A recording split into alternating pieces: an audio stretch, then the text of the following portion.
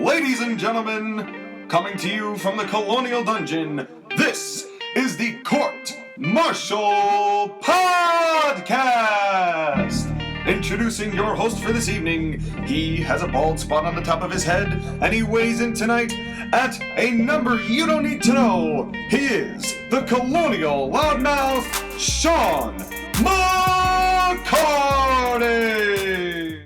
And welcome once again to another Court Martial Podcast. I am, as always, your favorite Colonial champion, Sean McCarty, and joining me today is the one, the only. I didn't come up with a funny intro for him this time because we have a lot to talk about and I don't want to waste the time.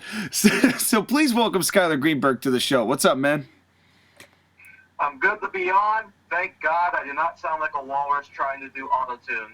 Well, it wasn't your fault. I mean, it's just audio stuff, and even with the best audio, you can end up having issues. But it's great to have you back on. So Money in the Bank, what we're doing today, as I mentioned last week, is we are reviewing Money in the Bank 2020. And I knew that it was going to be something, but boy, did I not expect what kind of something we ended up getting. What were your initial reactions? This was actually a really good, quick show. Like, this show ended at 2 hours and 34 minutes. That's insane. Surprised me. That is insane. When was the last time that a wrestling show, a pay-per-view show, ended under 3 hours in WWE? It had to have been like in the early 2000s.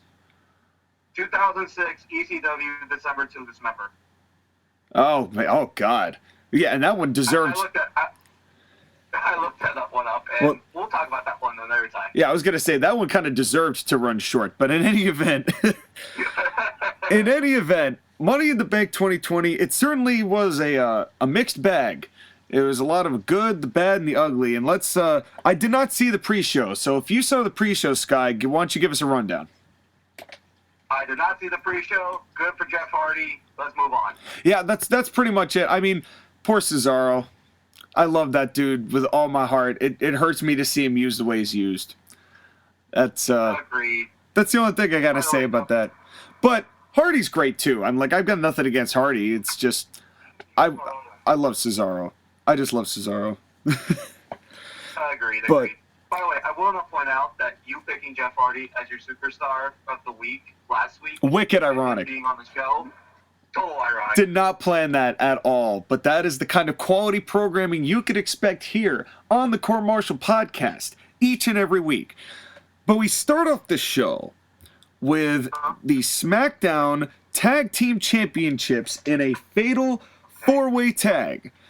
And we had the Forgotten Sons against the reigning champs, the New Day, versus the Lucha House Party versus Miz and Morrison. What do you think? It was a fun match. It was a great way to start off the show. Just four tag teams going out, putting on some great action, even though it was kind of forgettable. I miss crowds a lot.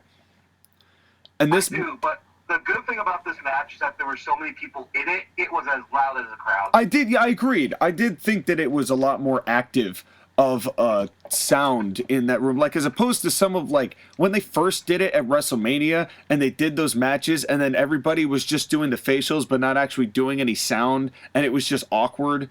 And I think everybody did better at avoiding that tonight.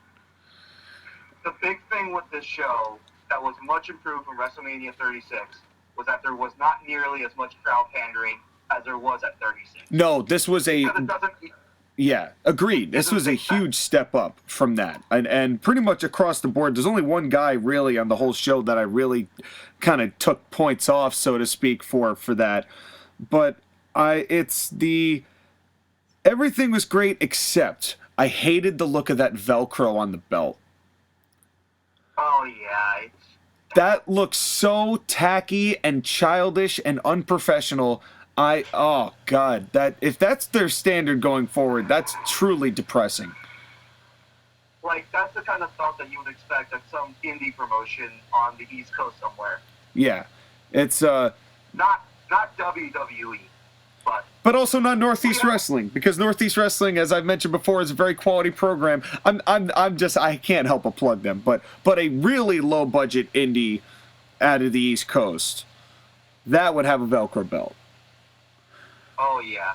But I still think I enjoyed the match. Like, it was good to see the Lucha House Party because you don't see them that much. I feel like they were the stars of this show, of this particular match, were the Lucha House Party. Grand Metalik is amazing. I hated his mask. Like, I didn't like that mask. He looked like Juventud Guerrera. He did.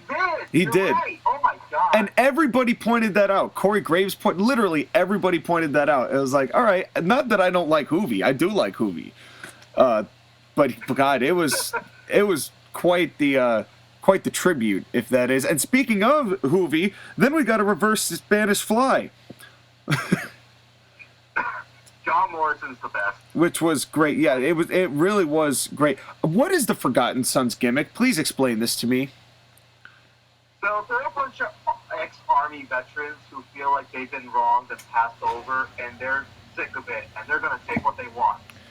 Was this established on the main roster, though? Did you get any sense of that watching this match? No. What I got out of Forgotten Sons is that their gimmick is black pants and Murica. Exactly. That was pretty much it.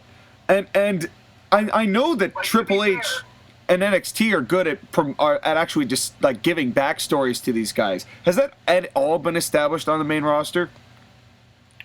No, but even in NXT, the Forgotten Sons were sadly kind of forgotten. Yeah, it just, I don't know. Maybe the gimmick is just not that great. I don't know. It just didn't click for me. I didn't notice anything distinguishable about them. Have you noticed this?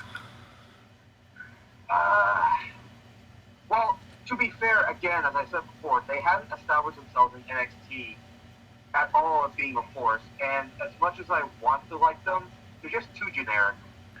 Yeah, they need something. They need something. It wasn't showcased here. Lacey Evans was supposed to be part of their group originally until she was spun off and did her own thing.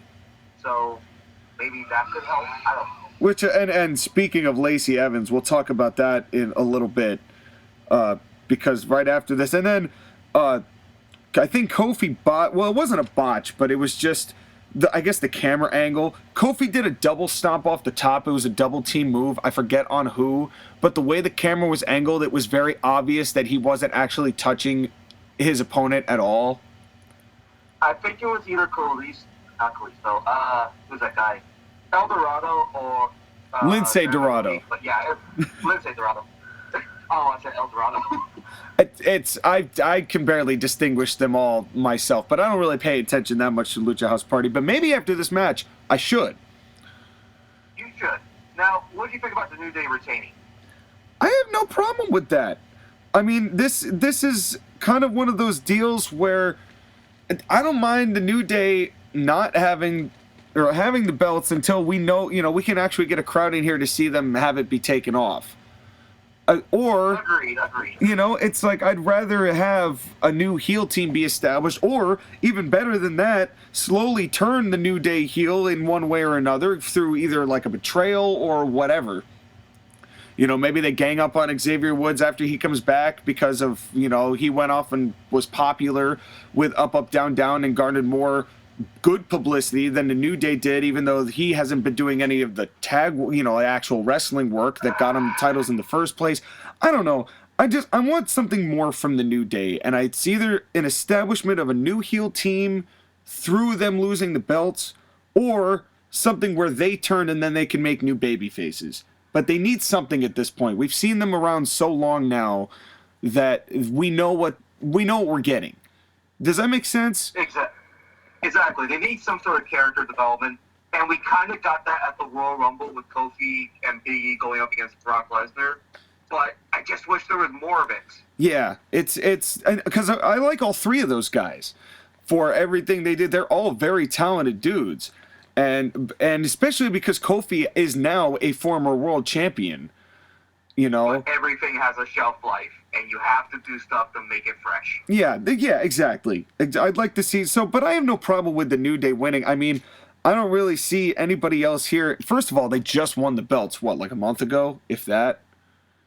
They did. So I'm not a big fan of hot potatoing belts in any scenario, and it's safe for very certain circumstances. So I don't mind the New Day retaining here. I don't think the Forgotten Sons have anything distinguishable that could have made them win this. The Lucha House Party, as fun as it was, I don't think they'd have a babyface beat a babyface. And Miz and Morrison, their stock isn't going to drop if they don't win these titles because they're both already pretty well established. So I don't mind this at all. What about you? I feel like it's going to lead to the New Day versus the Forgotten Sons at the next pay-per-view in just a regular 2-on-2. And maybe that'll be what they need. And maybe Jackson Riker will help out the Forgotten Sons get the titles, and then the New Day get Xavier Woods back. He is supposed to come back soon, so. Yeah. Oh, by the way, speaking of, this is a fatal 4-way 8-man tag match. Why did Jackson Riker get ejected? Because he was providing an unfair advantage to the Forgotten Sons. But it's an 8-man. There's like barely any rules to it to begin with. It just. That's true, but in the spirit of competition, he was providing an advantage for the Forgotten Sons. In WWE logic, that's good enough. In real life logic, he should have been tossed out the second the match started. Yeah. But we're not going to get into that. But it was just weird, and it happened at a weird time. And seeing somebody get ejected and not getting the pop for getting ejected did not have the same effect for me. Because again, I miss the crowds. I just miss the crowds. All these matches would have been so much better with crowds. If this match had a crowd, they would have been all over this. But can you say that about the next match? Well, before we get to the next match, before we get to R-Truth and MVP, which for whatever reason happened, Lacey gave a promo where she was very obviously reading and reciting emotionless lines and did not sound convincing at all. And it really hurt my stock on Lacey Evans because the promo was pretty rough. I saw Lacey Evans come up and I skipped the promo. Yeah. I'm trying to give all these guys the benefit of that, but then Drew came out and then sounded like he meant it. Whether these were recited lines or not, you felt it, you saw it in Drew's eyes. It was something that Drew McIntyre, there's a reason he is the WWE champion. Because Lacey Evans was given lines and was told to read them. Drew McIntyre was given lines and made them. Yeah, and there's a huge difference. And that's a really good way to put it, too. Moving on. R-Truth and MVP. What did you think? I hated every part of this, and I went to go use the bathroom because I did not want to watch this. Okay. I wasn't that upset about it. I wasn't that upset, but this was very cringy, pretty much from start to finish. So, for those of you who haven't seen it, R-Truth comes in and he does the what's up rap to nobody, which I thought at least of anybody who could pander to the crowd and pull it off, it's R-Truth because he's got the delusional thing in his gimmick. So, you could kind of justify that, or at least using it in that space. MVP looks good, and then Bobby Lashley came in after the whole R-Truth trying to show MVP how to ball, which was just bad. And then Lashley came in, and then did a bunch of good stuff, and then Truth got speared, and Bobby Lashley won, and this would have been shat on by a crowd were it here. Oh yeah, because it was just a big waste of time. That's all it was. Why did this match even happen? So on Monday Night Raw, MVP came up to Bobby Lashley and said, "I think I can take you places much better than Lana can. And I'm not saying I need to be your manager, but you should think about it." And Lana was pissed when she found out about it. But I feel like this is them trying to establish a relationship between the two guys. That I don't mind. I think that what ended up being on the piece of business of this was probably pretty good, even though the execution, as per usual, was awful. MVP and Bobby Lashley have a pre-existing kayfabe relationship from Impact, from the BDC. So it's not like the history isn't there. And MVP has been establishing himself as a manager to VIPs, and he's trying to get all these guys together. He has those two guys that are part of a tag team, and I hear that he may be adding Apollo Crews too. and having Bobby Lashley, that's a strong stable. Well, and Bobby Lashley, I think that they just never knew how to use this guy. But pairing him with MVP might be a big help. He started getting it right with Leo Rush, having the mouthpiece. As a mouthpiece alone, Bobby Lashley has the Brock Lesnar thing, where he is a great wrestler, but he needs someone to talk for him. Yeah. Yeah, absolutely. And MVP would be a great dude to do that for, and they have we had the pre-existing relationship. Lashley looked good in all his squashing that he was doing of R-Truth, even if the sell by R-Truth was kind of brutal on that spear. But all his shit looks good. Dangerous. It was just, like, all this stuff looks good. It's just the whole execution of this was just bleh, and it was worse because there wasn't any crowd to not react to it. Agreed. This would have been better with a crowd, but then the crowd would have hated it. Yeah, it's like, it's the weirdest, but that's WWE for you. That's the oxymoron that is WWE, because they know they can get away with this now. But moving right along, speaking of things that they think they can get away with, Bayley and Tamina for the SmackDown Women's Championship. WWE was so lucky this didn't have a crowd, because they would have shat all over Tamina. And I feel bad, because this match actually ended up being pretty passable. I'd like to welcome everyone to the special edition of Do You Want to Wrestle a Broomstick? And I give my congratulations to Bayley for successfully getting a good match out of Tamina. You get $50 gift certificates for Pro Wrestling Tees. Our second place winner is Bruce Arians for trying to revive the career of Rob Gronkowski and Tom Brady, despite the fact that Rob Gronkowski is held together by duct tape, and Tom Brady is crying to his mama about Bill Belichick being a hard ass. He gets a $50 gift card to Spencer's. Finally get a good hack. And for some reason... Oh, continue. I'm sorry. Continue. Finally, our third place winner is Josh Again, who is currently trying to wrestle a spider. And he received a special limited edition copy of WWE 2K20, signed by Vincent Kennedy McMahon. Thank you for listening to Do You Want to Wrestle a Broomstick? We now return you to your regular scheduled broadcasting, Dark Side of the Ring, featuring Jimmy Snuka. Well. Well. So, I don't even know how to respond to that. I don't even know what to say now. So let's be honest. This was actually Tamina's best match. By far. And it happened in an arena with no crowd. By a country mile, this match was better. And weirdly enough, they got me to sympathize for Tamina for the splittest of seconds. The splittest of seconds. The in-ring intros. Was it involving the spot with the water bottle? Maybe. I mean... At that point, I was just like, damn it, Bayley, I like you, but Tamina kick her ass. Yeah, Tamina has had some... I mean, they did a good job with this. I think because they knew they had to, because Tamina had the reputation. So, Bayley really was... I mean, I truly give full marks to Bayley. And I remember one of my favorite matches Bayley ever had was her NXT match with Nia Jax. Where she really... that was another one of those instances, and Nia Jax was even greener than some would argue she is now. But she made Nia Jax look like $1 million.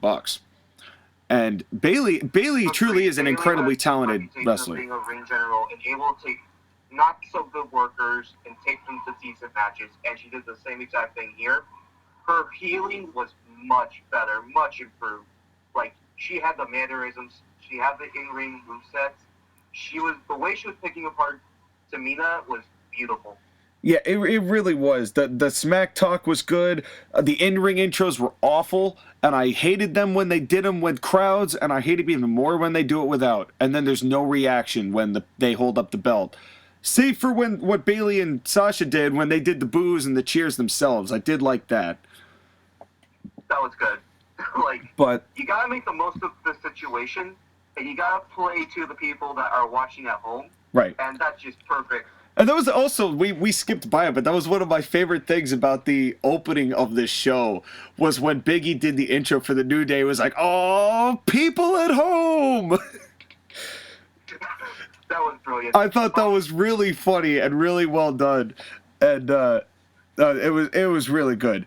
And, you know, they did a lot of milking in this matchup. They milked a lot of this for time. That was the one thing I didn't really love about this, is that there was a lot of milking of certain moments.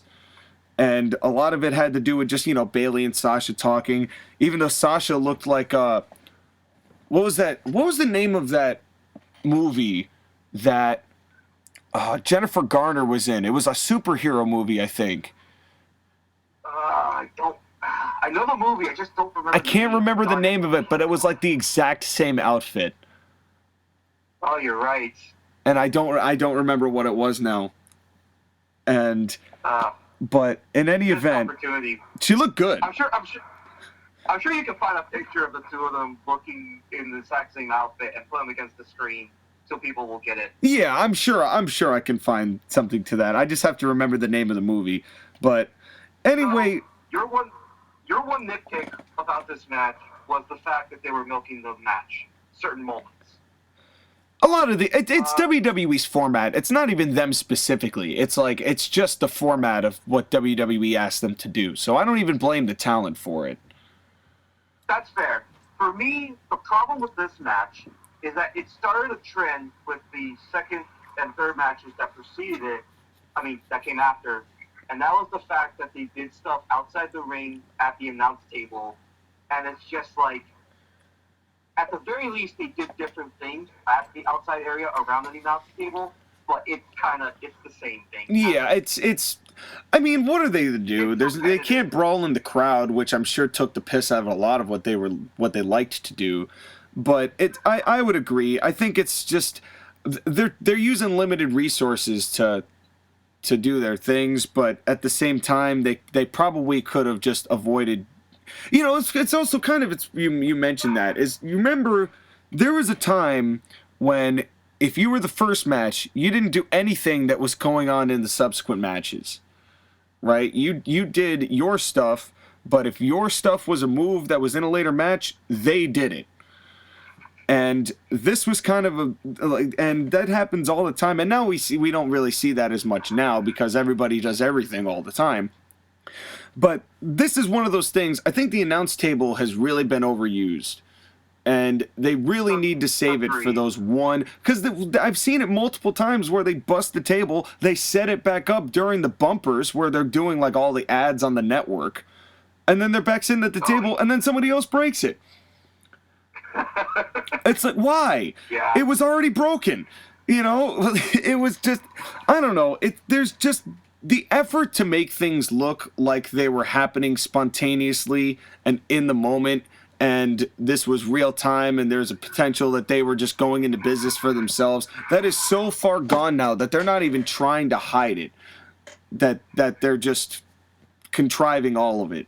And it's something that the old school fan of me just detests, but it's no fault of the talent. This is just formatting.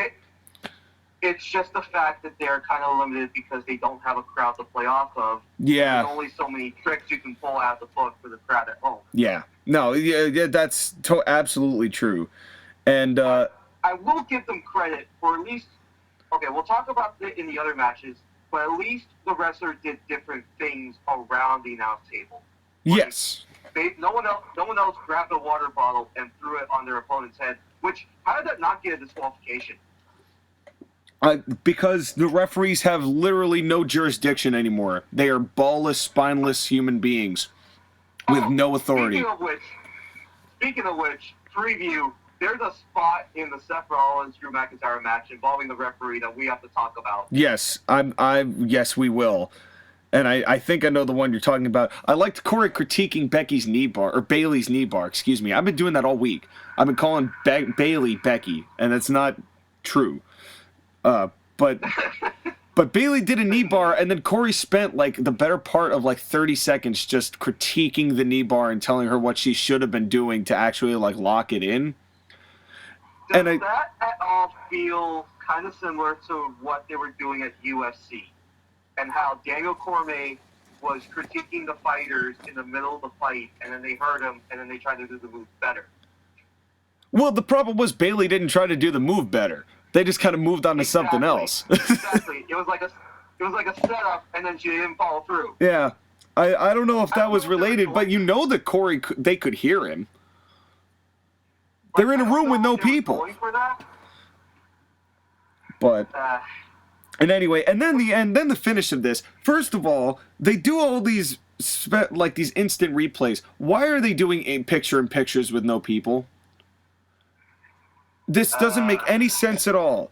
If we saw it the first time and we're on the network already, if we want to see the move again, we'll just rewind 10 seconds. Why are we doing picture-in-pictures and missing parts of the action when there's no one in the arena? Because Kevin Dunn does not know how to run a show with no people. Well, clearly he doesn't. Because it's just, well, and probably because Vince is so hardlined on picture-in-pictures because they've done them from the dawn of time. And there were way too many in this whole night. They did so many replays. It was nauseating. And they did it with the Money in the Bank match too, which I thought made no sense. Oh, we'll get to that. But then comes the finish where Tamina has Becky. Damn it! See, I did it again. Where Tamina has Bailey beat, and then Sasha, who somewhat crawls into the ring but doesn't really, lures Tamina out. So instead of pinning the clearly beaten Bailey, runs around to face Sasha, and then Bailey rolls her up, and Tamina looks like a total dumbass. Why? No. Why? That was an insult to in-ring psychology. It just, she had the match won. Now, if Sasha had come into the ring and was trying, I would have rather accepted a disqualification if Sasha coming in and actually breaking up the count, setting up another match between the two, because then it would have been you disqualified, so you escaped with your belt. I would have taken that over this, or have Sasha get up on the apron and distract the referee, and while she's distracted, Tamina hits the ropes, goes and knocks her with a forearm, Sasha that is, off the ring apron, and then while she's distracted looking at what she's done with Sasha, then Bailey rolls her up and gets the pin. It's the little details they don't pay attention to. It really is, and it's so maddening. I don't know. It's just, and then we move on to Seth Rollins cut a promo. His promos used to be passionate, and now he's reading lines like he's a monotone guy, and it just comes off disingenuous. Well, and that's the sad part, is that in the lead up to this, his promos about being this messiah character were actually pretty good, and then this one was just slow and prodding. I'm just like, get to the fucking point. And it looked like he was reading from a teleprompter. I know he wasn't. No, but that's what his delivery was. It was like, I don't know. It was like he was giving a speech. Yeah, it really was, but not even like a good speech. It looked like he was rehearsing the speech in the mirror. I know. And it was just bad. And then this show takes a turn for the better. Here. Braun Strowman versus Bray Wyatt for the Universal Championship. This is regular Bray Wyatt. And what did you think? Okay, so after the shit show known as Braun Strowman versus Goldberg, Braun Strowman needed to have a good match. Yeah, he did. Like, I know you were saying that Drew McIntyre could have had a bad reign because of the start of his title reign. No, Braun Strowman had that stink. Yeah. I think both of them actually overcame that tonight on this show. Exactly. Both of them had a really good establishing win. But especially Braun Strowman because of how bad that match against Goldberg was. Yeah. And I have to say that I love this storytelling. Like, the storytelling in this match was probably the best all night. It needed people. This would have been so much more over with people. It needed people, but at least they were telling a really damn good story. And I'm so thankful they didn't have The Fiend in here because you wouldn't be able to tell that story. Well, it would just be The Fiend. And the other part of it, too, it's like, really, I personally don't like the fact that Bray is back in the heavyweight championship picture so quickly. I understand how badly him losing to Goldberg was at the time. But me personally, I think that The Fiend could do better and draw better money just working high-profile feuds with people who don't have the belt. Because, God forbid, Bray get the belt, then he'd have to lose the belt. Right? But there aren't that many high-profile people. Like, we don't know where Roman Reigns is. And SmackDown doesn't have another strong babyface besides Braun Strowman. Well, I think Bray is at the point where he could honestly help some people get some leverage. Maybe not by winning. Maybe not, Bray has to win a lot of these matches. But by putting up a good fight, especially against The Fiend. Yeah, exactly. But it was still good. This whole thing was still good. As it was, making this situation a well-told story. I love when they incorporate the past like that into it. It was a really good match. Okay, I'm going to say this, and hate me if you want. When they went outside and Braun Strowman was running at Bray Wyatt and he ran into the table, it was just like Braun Strowman purposely ran his own nuts at the corner of the table, and the table just said, "I am the table." Yeah, that was the one rough part about it, but it was still a good. There was still a good crash and burn. I don't know how much I like about the puppets. I like the puppets in the actual like Firefly Funhouse, but them in the audience, it was fine. Was so awkward. It was awkward. Yeah, it was just weird, and like they shouldn't be there. Yeah, it was just hokey, but it just was well done. The only thing about this match, it's like this match had a lot more acting than match in it. It's particularly towards the end. Because it was Bray being like all freaking out about his mind because he's got like that duality thing, and then the whole hugging with the black sheep, and there was a good 3 or 4 minutes leading up to this power slam finish that was literally just them doing acting and just talking back and forth to each other, which is fine. I don't have any problem with that. But there was a lot of acting in it. Like, you want to see these guys fighting. You don't want to see them hugging. Right. But in this context, I'm okay with it, as the old school guy that I am. In this context, I'm okay with it because they told a good enough story about the two, and they had a pretty good fight up to that point. Braun has really come a long way as a worker, and Bray got the best out of him here. I think these two had a much better chemistry than I would have given them credit for. Well, they were traveling on the road for years in the Wyatt family, and that's even referenced in this story. So they have to have some form of chemistry. Yeah, honestly, with the story that they've been giving, they did a good job with this. Even if, as a traditionalist pro wrestling guy, the puppets kind of and the Fiend and the cuts on the Fiend right at the end, which is obviously the tease that they were going to have another match, but with the Fiend involved.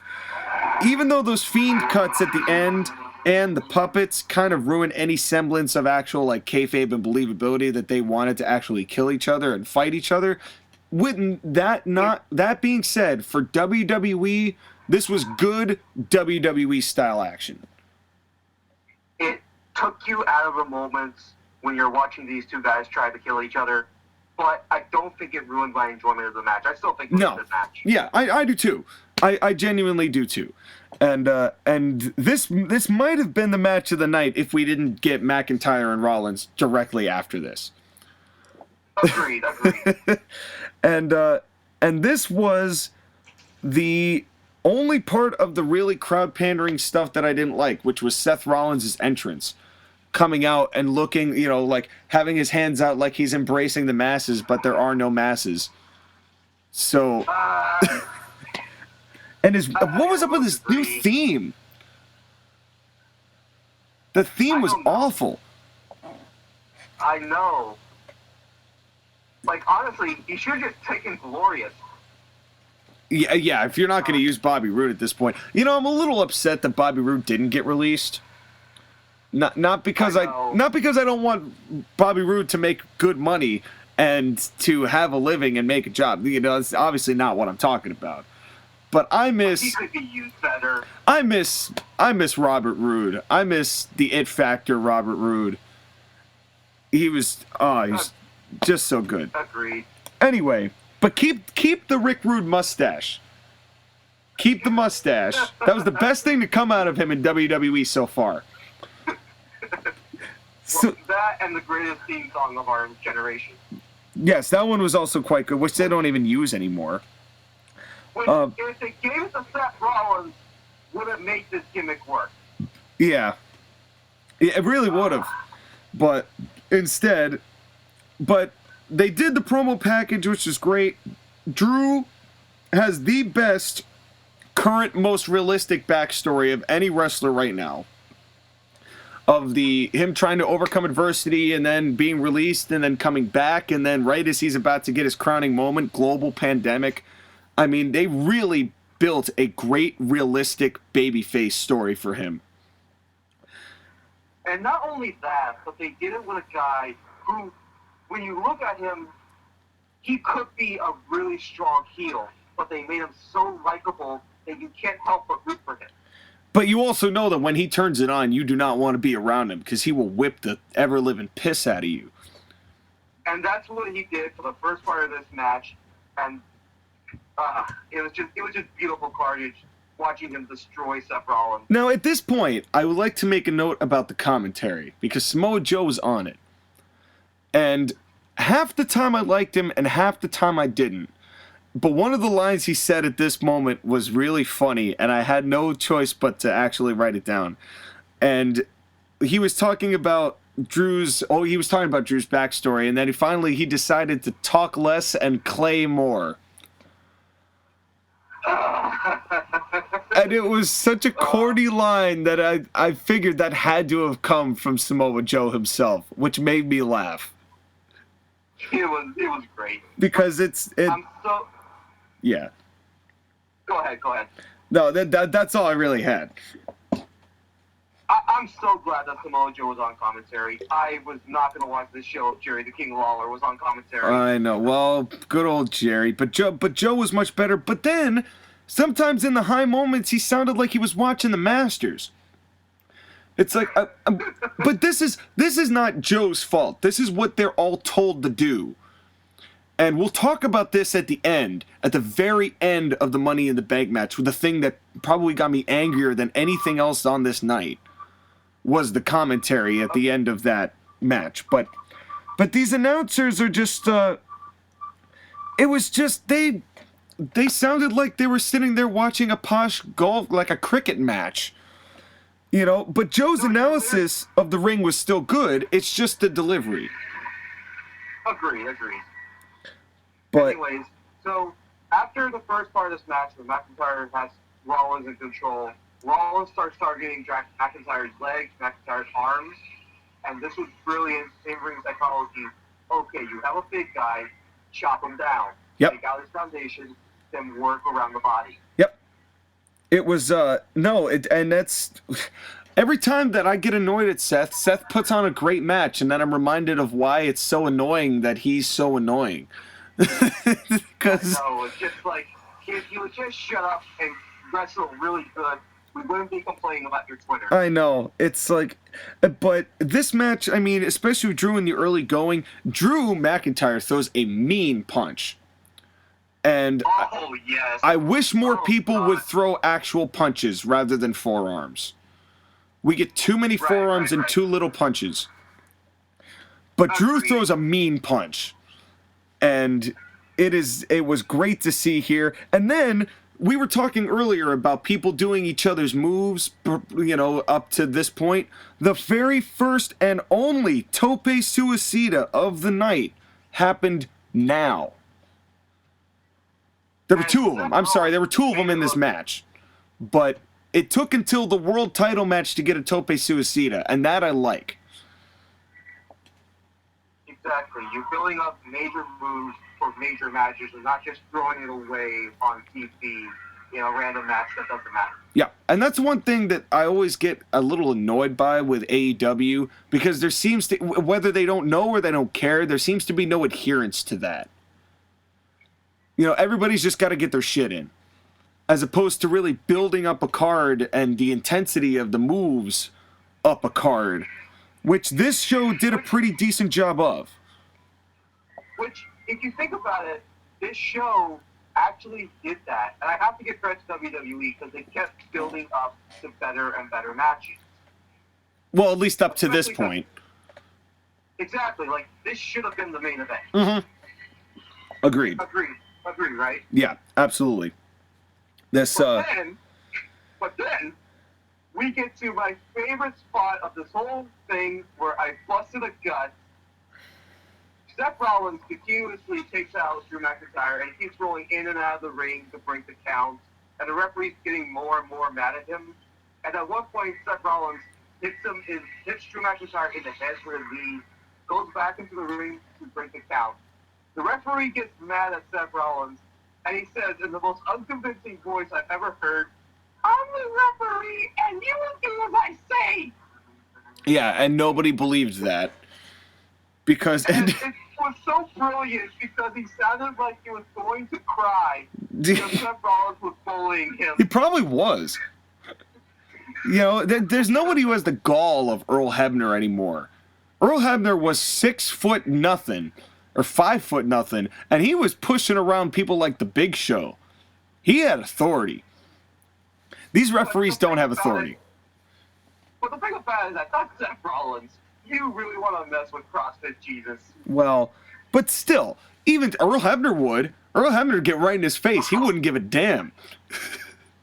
And I want more referees like Earl Hebner, who did not give a damn and who knew they really were the authorities. And then they did that really cool Tree of Woe German suplex that off the top. That was really cool. Then Seth Rollins goes to get a chair, and in more terrific referee work, it was like a parent trying to talk to a toddler. It was like, "Don't you get that chair, young man. Don't you get that chair. Don't you pick up that chair. I'm not going to ask you again. Don't you get in the ring with this chair. Hey, Seth, don't you get it. I'm not going to ask you again. Put the chair down. I'm not going to ask you again. Put the chair down. Get in here. You don't want to do this, Seth. Don't get that chair." And Seth finally just came into it on his own and just decided not to, so it looks like they're teasing a babyface turn for Seth. Then they have a very move-driven finish with the superplexes and then the curb stomp and the blah, blah, blah, and then eventually McIntyre hits the Claymore, 1, 2, 3. I think that Rollins... Yeah, go ahead.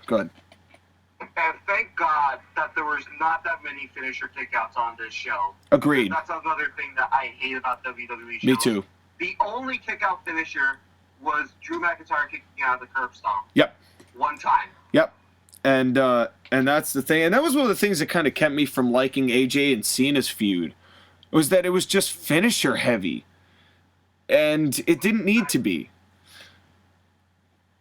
It just... Especially when you have other moves in your repertoire that you can use. Yeah, both of them do. Say what you want about John Cena, but he popped out some random stuff at random times that he knew how to wrestle. It was kind of like Hogan. Hogan knew how to wrestle, but the people didn't come to see him wrestle.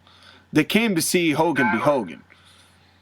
That or he was being too lazy. But we'll talk about Hulk Hogan in a minute. Yeah, the Hulk Hogan's going to get an episode in and of himself, which he deserves. God. Which he deserves, for good or bad. And bad. Good and bad, I should say, yeah.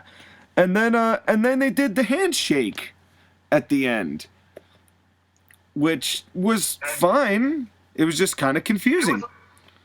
It was awkward as hell. And did you hear about what happened on Raw? Yeah, Seth lost his mind and beat up 2 dead people. No, but he took Rey Mysterio's head, pushed it against the steel steps, and made his eye bleed. Yeah. And he had the most awkward face that I've ever seen in my entire life that makes him look like a devil. And I want you to put that on screen right now because by God, look at this thing. It was weird. It was, and to have that be the reaction after he legitimately handshook somebody just shows how confused and backward WWE's booking is. They did two babyface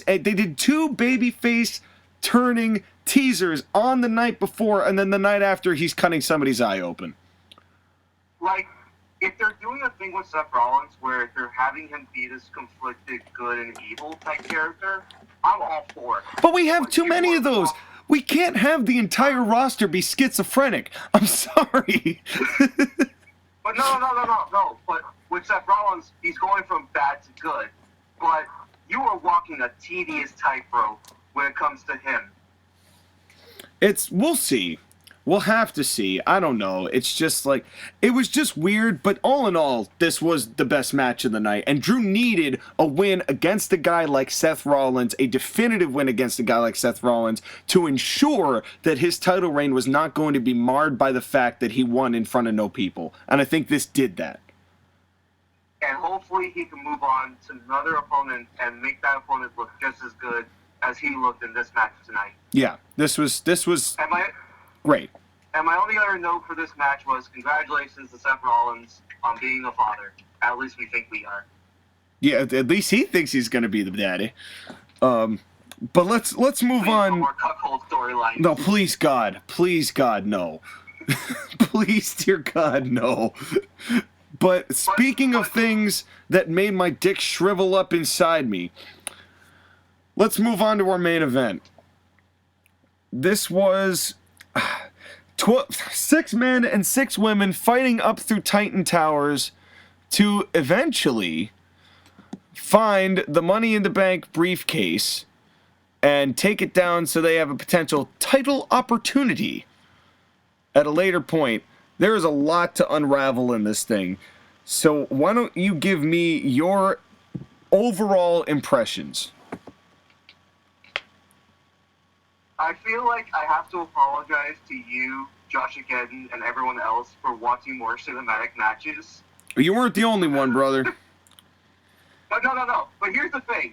When I said that in that review, I was under the impression that we're just going to do cinematic matches that don't mean anything.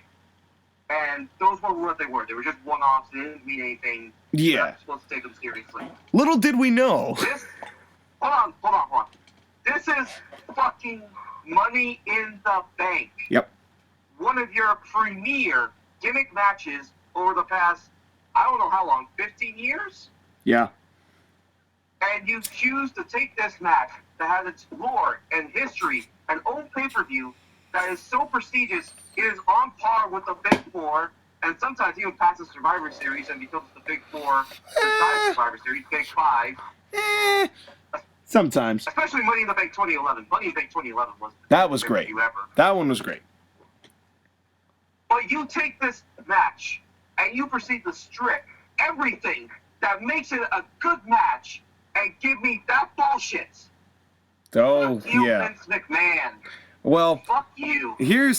I actually had, because I gotta admit, you and I talked about it long before. I was dreading this match.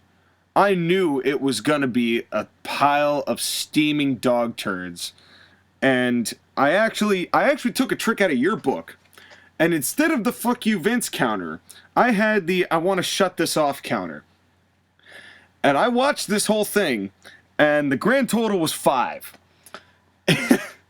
And you know what the worst part is? Is that they tried to add comedy elements in what's supposed to be a serious match. Oh, there was no semblance of a serious. As soon as they said, "Oh, we're gonna make them fight through Titan Towers," I knew they weren't gonna take this serious. So I tried not to take this serious. But even without taking this seriously, there's only so far you can go before it just gets downright stupid. And there was a lot of stupid. But before we get into this, I'm sorry, I forgot to mention this. I have to applaud R-Truth one last time, because that promo with Tom Brady was the funniest thing I've heard in a minute. Where Truth started off awful, but then Skit got fired up and looked dead-eye into the camera and started cutting a promo on Tom Brady, who's now on Tampa Bay with Gronk, even though Gronk's the 24/7 champion.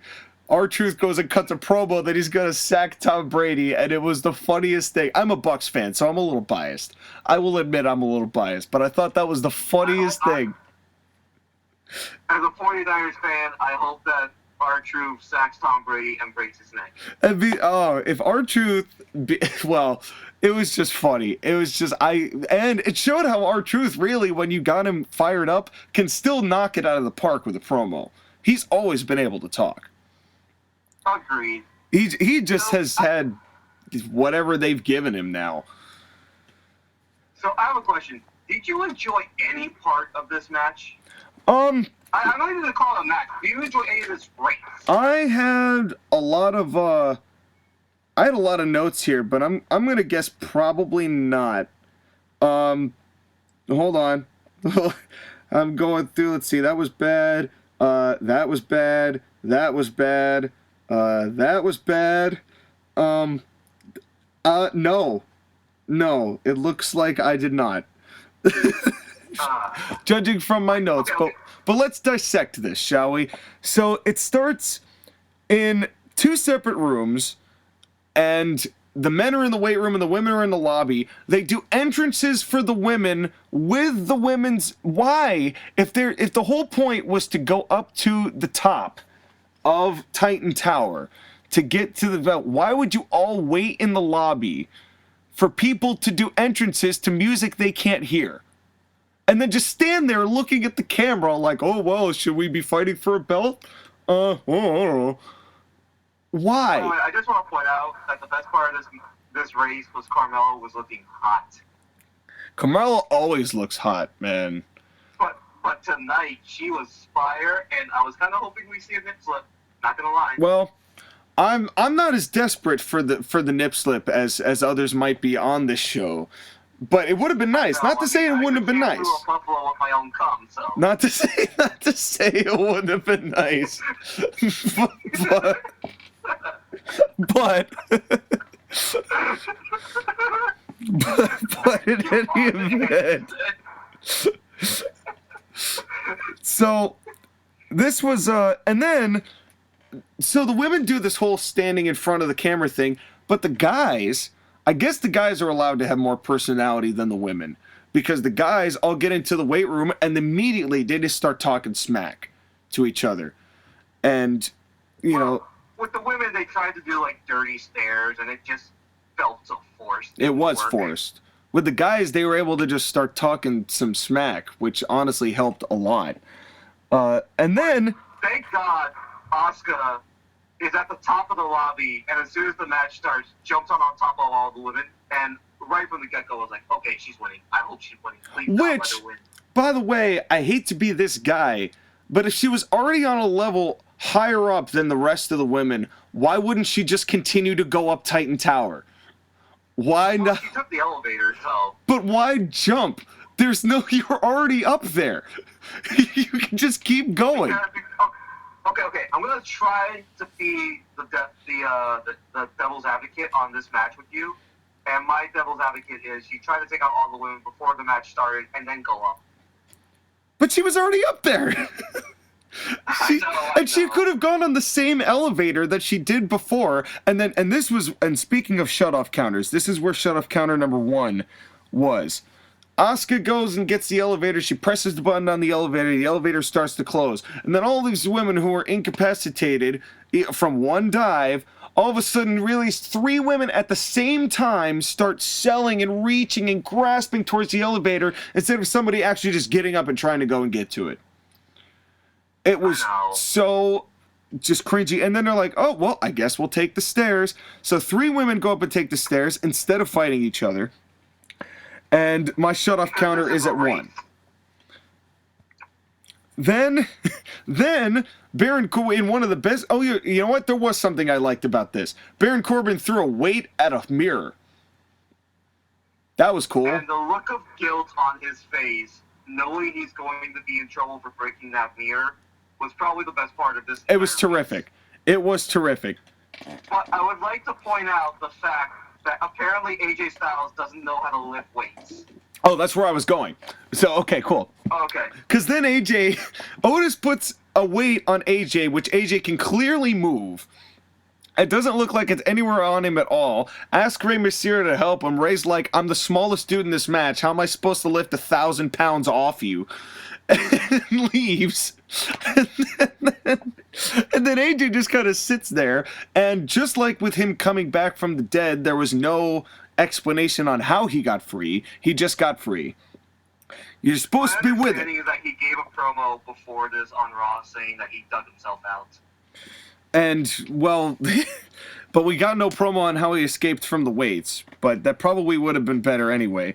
Then we had an obviously very, very spray-tanned Brother Love emerge from the bathroom just to say that he loves Rey Mysterio from the bathroom.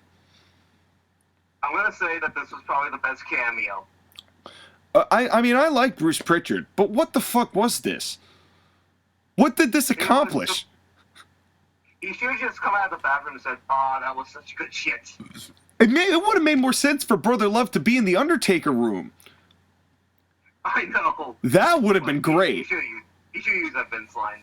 That would have been, but instead we got Bathroom Bruce, which he should form a tag team with TL Hopper. Anyway. But by the way, you would like to notice that I said best cameo because the rest of them all sucked. Yeah. If this was the best of the bunch, and you're probably right, if this was the best of the bunch.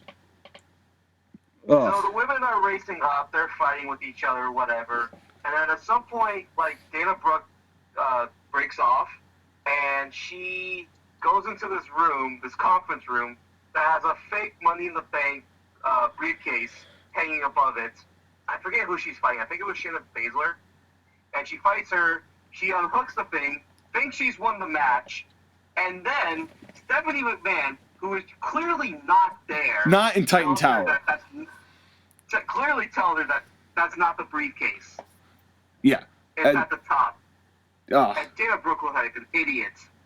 But you know what? You know what was really idiotic about that? Is that it had actual cash in it. I would have kept that money. I would have kept that briefcase and then kept trying to go on. But you know, I'm just in Dana Brooke's defense, if I saw a briefcase full of money in it, whether I was trying to win the title opportunity or not, I'm taking that briefcase full of money. Honestly, this would have been better if the briefcase was either full with brass rings or a paper that says "I owe you." Yeah, the 5-year contracts. The best part of this whole exchange is that Carmella, who was also fighting for the briefcase, takes a picture of her winning the Money in the Bank from the women's ladder match, the first one, and she proceeds to hit Dana Brooke over the head with it. That was nice. I liked that. Like, Dana Brooke is good at comedy stuff. Yeah, but unfortunately, this is a match that needed no comedy stuff. But that's a difference. That's something we talk about at a later time. Right. But then, the men, before we get to that, then actually you might be in the same spot, because then they emerge and all the guys end up in this like annex where there's like a cage and there's like half a ring set up. And AJ bashes, does the yes kicks, and Otis does the yes, and then he gets yes kicks in the corner. There's no way that ring is there all the time. Which really hurt this for me, because again, I'm trying to put semblance of, okay, maybe they all got trapped in Titan Towers and they had to go up. I'm trying to piece together some semblance of logic in this thing. And then they showed that, so they made it so obvious that they set up Titan Tower for these people to come in to do this. And the worst part is that this sets up the next worst cameo ever, which is a guy dressed as Doink. Well, because of R.I.P. Matt Bourne. And the fact that you couldn't get the original Doink. Because he did. Dress up huh? He did. The original Doink was Matt Bourne, and Matt Bourne, he did. Okay, but you couldn't get any of the other Doinks? I would have preferred the Dinks over Doink. I would have preferred 3 little Dinks to run around. Fuck it, give me Hornswoggle. I mean, And this cameo did absolutely nothing. At least with that Brother Love one, he was talking to Ray and saying he loves him and kind of distracting Ray for no reason. yeah, the clown just showed up and then did nothing. I know. He was just there. And then AJ Styles goes off on his own, and he's walking around, and he sees a poster of The Undertaker, and then he sees a room with The Undertaker's coffin inside of it, and he starts getting all scared.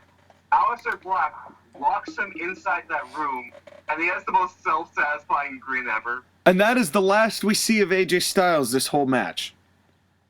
No, it's not. Isn't it? No, he came out of the room. Oh, yeah, I guess he did. See, this match was so scarring that I've just erased parts of this match from my mind. But Now, you want to know what could have made this spot better? literally having anything else happen? Exactly, but like Apollo Crews, who was supposed to be in this match but was written off for an injury angle, he should have opened the door. AJ Styles come out of the coffin, lock Apollo Crews in the room, and then AJ Styles is in the match. He took Apollo Crews' spot. True. But this kind of made me wonder, is AJ and Taker done? I don't think it is. I don't think it is. They may wrestle a real match, maybe at SummerSlam. But do you want to see Undertaker versus AJ Styles? Honestly, yeah. I'd like to see an actual match between the two. I don't know if I'd like to see it in front of no people. But if anyone's going to make Taker look... If anyone's going to make Taker work the way that we know Taker can work, it's AJ Styles. Agreed. It's, Anyways, all the men and women, besides AJ, meet up in front of Paul Heyman, who has a bunch of food God. for no reason. It's catering. They're up at catering. And then they all start arguing with each other, and Paul Heyman stands up and tells them to shut up while he's eating. And then someone throws food at him, and they start a food fight. And this was the most tasteless part of the whole match, simply because there's a pandemic going on and people are struggling with food. I hope we understand the irony that you just said that a food fight was the most tasteless thing you've seen.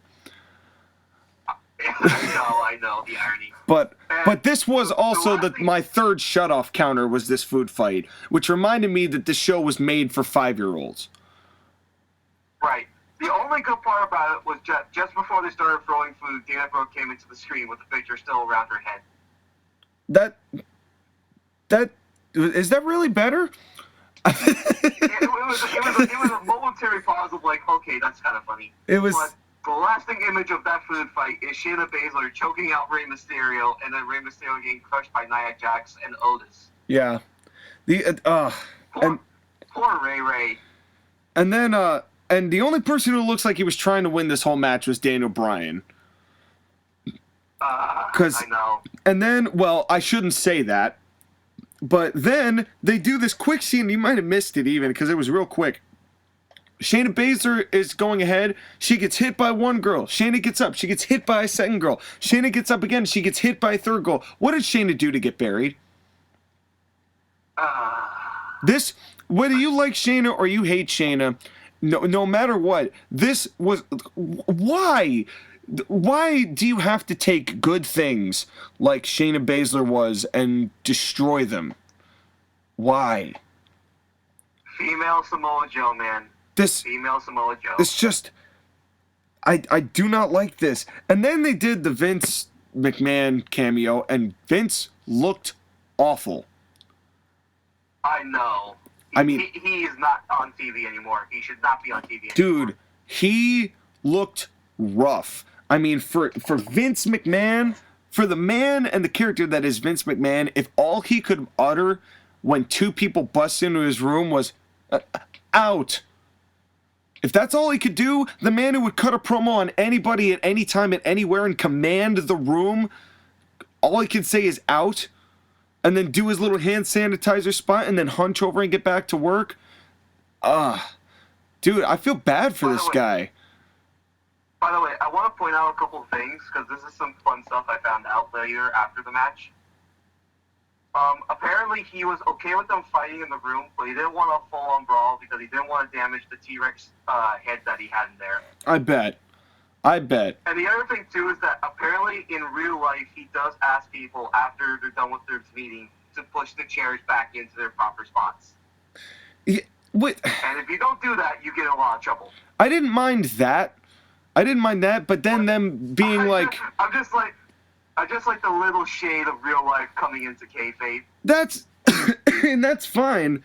But what I didn't like was them coming out and then AJ going, well, you're a pussy. And Brian was like, no, you're a pussy. And then they just fought each other. Like, because, like, you were being kind of a wuss out there. Oh, you were being kind of a wuss out there. And then they just keep fighting. It was just...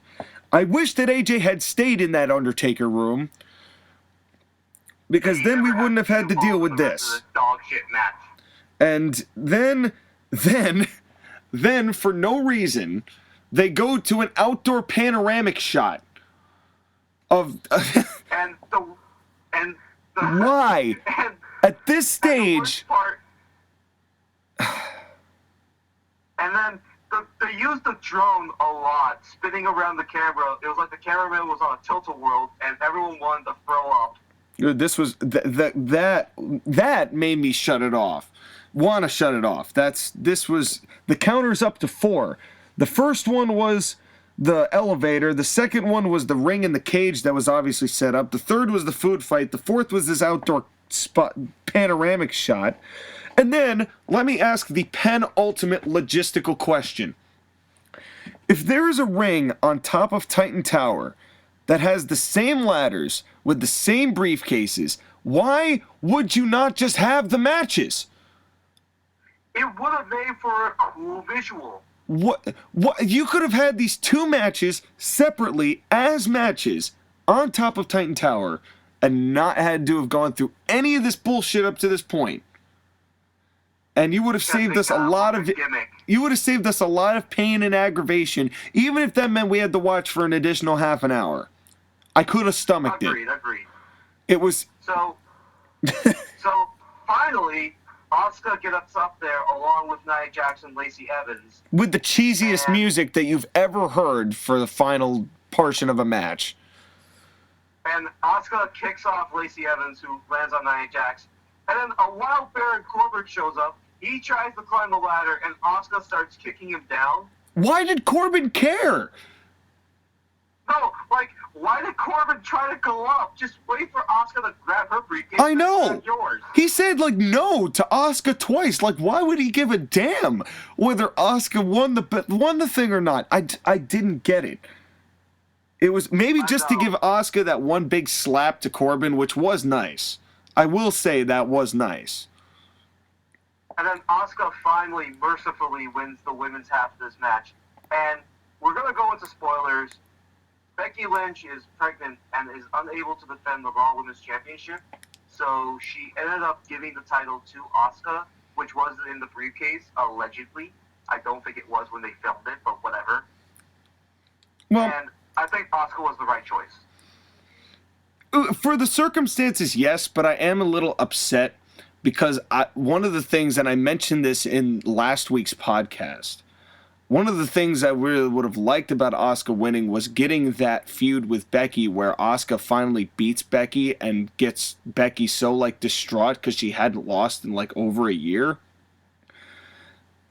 And I was hoping that we would get, like, that third match of the feud. I mean, all props, like, good for Becky. I'm not saying anything about that. It was just, like, the personally, me inside was a little sad that we aren't going to get that, at least not for a little bit. Right, and I know Becky tried to do her best on Monday to put over Asuka, and I think she did a good enough job with her promo, but you would have liked to see these girls wrestle one more time. Yeah, absolutely. And I think that was probably the plan. Together. You know, that probably was the plan, is that they were going to have a big blow-off match at SummerSlam. Probably. So, and I know we don't have time for it because we are running low on time, but I just want to say Becky Lynch has probably had one of the greatest runs by a woman ever, and I'm so happy for her. And I know this title reign ended abruptly, but I think it's for the right reason, and I'm excited for her future.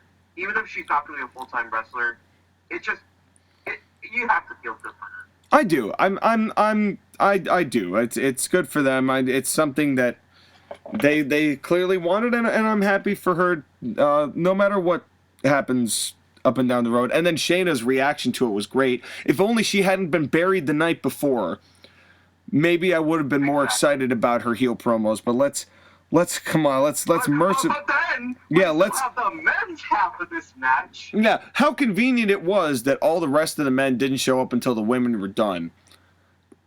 And then all the men show up besides Daniel Bryan, who was conspicuously missing. I think he just got lost in Titan Tower. And this was after, by the way, we got our final cameo of the night when the Kool-Aid Man Otis threw a pie at John Laurinaitis. That was after the food fight, and I just didn't care. Let me tell you something about Otis. We're going to talk about him in a second. You know what? We'll talk about him in a second. So then anyway, Cole, who is apparently, after Asuka wins, is also watching the Masters. Because and Asuka has now acquired the Money in the Bank, and she can use it at any time she chooses. Mm-hmm. What a great spectacle we have here. And now Asuka is 156 yards away from the par 4. She has the iron out, and here's the shuts. Oh, what a great swing. What a great swing. Nice follow through. Right into the pan. Probably about a good 15 yards away from the hole, and we'll see what happens on the par 3. Well, Aleister Black's going to die on the par 3. And oh, God. Okay. So, Baron Corbin decides to just... he's like, hey. Decides to yeet Rey Mysterio off the fucking building. And then he grabs Aleister Black as Aleister Black tries to fight him, and he decides to yeet him too. And I would just like to point out that Baron Corbin felt worse for throwing something into a mirror and breaking a mirror than committing 2 counts of manslaughter. I mean, that's straight up attempted murder. You're throwing someone off a building. I mean, I love that. I love that logic from WWE. Baron Corbin. What could I do to get heat? Murder. Got it. No, you know what? Literally, 2 murders. 2 murders. Literally, he felt worse for breaking a mirror than he did for trying to kill 2 people. Yeah, it was. And the other thing, this is where shutoff counter number 5 went. He throws Aleister Black off the top, and within a full second, you hear a crash. If this dude had fallen off a building that was 4 stories high, you'd hear a crash way longer than that. And it sounded like it was on a crash pad. So, way to destroy any illusion that this possibly could be something dangerous. I would take Hulk Hogan and the Giant on a monster truck fight on a roof and the Giant falling off over this. So, they explained on Raw that Rey Mysterio and Aleister Black landed on a secondary rooftop about 6 feet under the original one. I bet they did.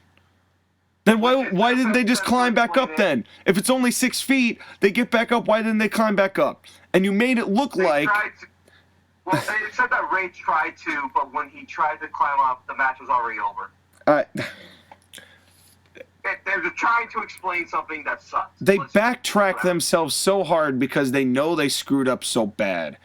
And it was... And then Baron Corbin and AJ Styles are fighting for the Money in the Bank.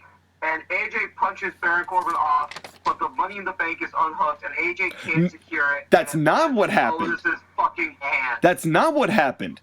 What happened was AJ and Baron were fighting over it, and then Elias, out of nowhere, for no reason, who had no reason to be in Money in the Bank at all, hits Baron Corbin with a guitar. Because we're going to have to continue that feud. Because Elias. And then it falls into Otis's hands.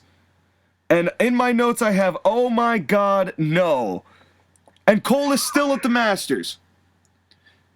And a guy who is so unlikely to win the belt, he goes, oh, and Otis there, and a nice little bit of luck, won the men's Money in the Bank, and this is the rest of the show. Thank you very much for watching. Goodbye. We'll see you again at the Masters. Cole depressed the shit out of me at the end of this match because it was so did not care, and it was just there was no excitement. There was no, but this whole quote unquote match was a straight up abomination. And let me tell you about Otis. Otis, I don't like the Kool-Aid Man in the title picture. Okay. All Otis does is be big and go, oh yeah, oh yeah, oh yeah, oh yeah. That's his whole character. Give me something other than that. And not only that, but we had this conversation with a couple of our other friends who pointed out that people like Kofi Kingston or Daniel Bryan when he was an Eco Warrior or Jinder Mahal won the title. But Jinder Mahal was presented as a serious wrestler. Daniel Bryan is recognized as one of the best wrestlers in the entire industry, and Kofi Kingston is a respected worker within WWE. And when they wrestled the matches, they're wrestling to win. It's a fight. I never get that serious tone from Otis, ever. And if this is a guy you're trying to push as a world champion competitor, I need some seriousness when it comes to crunch time. Rather than a big dude who got lucky, who's like, pie, oh yeah, oh yeah, oh yeah, oh yeah, oh no. And to make this worse, and to take an even bigger shit on Money in the Bank, Otis gave an interview, a real-life interview, in which if he ever won Money in the Bank, he would use it with Tucker to win the tag team championships, which is not what Money in the Bank is. No, but I'm okay with that one, actually. And I'll tell you why, because... No. At the a world championship, the chance to be the best wrestler in WWE, and you're going to use it on tag team? Fuck off, Vince. Let me put it this way, though, because I don't hate that idea if that tag team match was the main event. But they don't take the tag team division that seriously. They don't present tag teams as main event talent like they used to, like when the Road Warriors were the main event talent. They don't do that because they've never appreciated or respected tag teams. So then it doesn't feel as important.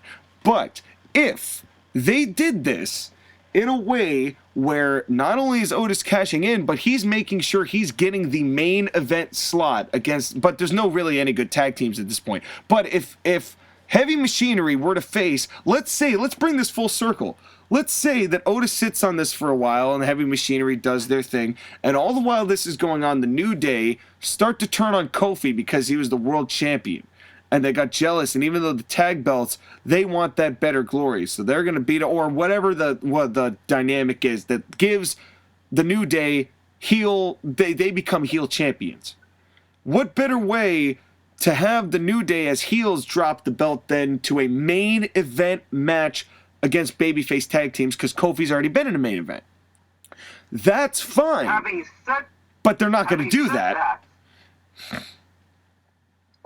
Okay, I agree with you that if they're going to cash in on any tag team and it's going to be taken as a main event, it has to be the New Day because they're the most prominent tag team that WWE has. Mm-hmm. Having said that, you're going to put that as your main event over Drew McIntyre? You're going to put Otis over Drew McIntyre or Braun Strowman? Well, see, in a different time, it would work. Because, first of all, they wouldn't have that working man gimmick, and the guys wouldn't have the names Otis and Tucker, number one. They'd have actually legitimately halfway decent names to do their shtick with.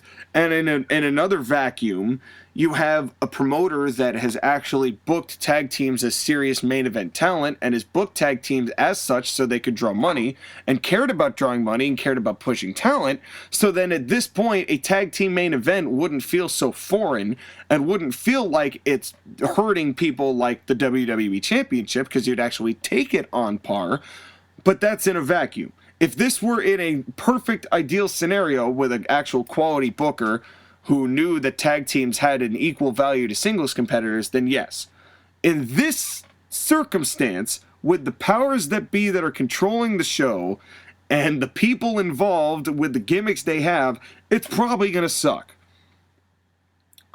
Exactly, especially when you consider that this is, oh yeah, the Kool-Aid Man. Otis. He's the Kool-Aid Man. And I will be not calling him by Otis. I will be referring to him as the Kool-Aid Man from now on. Because until he can show me he does anything else, that is all he is in my eyes, is a big, giant red bowl of fruit punch. And we want him to prove us wrong. We are daring him to prove us wrong. but we don't think it's going to happen. I think he's a good worker. I think he wrestles well. I mean, he works well with Tucker. They have good tag matches. That's not the problem. Do you have any faith in WWE making him a serious title contender? No, I don't.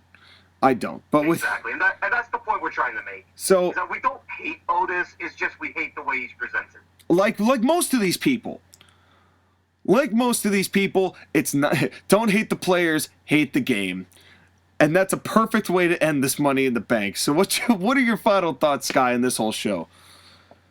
I give the first 2 hours of this show a solid 7. Like, this was a really good show. And then that last half an hour, I'm giving a -2. Yeah. I didn't even come up with a grade for it because I think the good outweighed the bad so much. Like, the good was really good and the bad was so astronomically bad that it, like, evened out at 0. So it's like, honestly, I would tell people just to watch the first 2 hours. Don't even bother with the last half an hour. Yeah. If you want to see everything that wrestling shouldn't be, then watch this Money in the Bank main event, because that was absolutely piss poor. But that's not to say there wasn't good stuff on this show, because there was quite a lot of it, actually, more than usual. But unfortunately, it's marred by the bad, which is just wrestling's fate, as it is. But with that said, it is time to take our first commercial break. Sky, thank you so much for being on the show and for doing this. And let's touch briefly, before we go, I want to touch briefly about what we're going to do in June. And I want you to hear all the rules yourself so you know what to expect. So, in the month of June, and I teased this last week, in the month of June, I teased we were going to do a fun little event. And it's going to be a 3 to 4 week deal. And it is going to be the ultimate draft, where Skyler will be one brand and I will be another brand of titles that we create ourselves.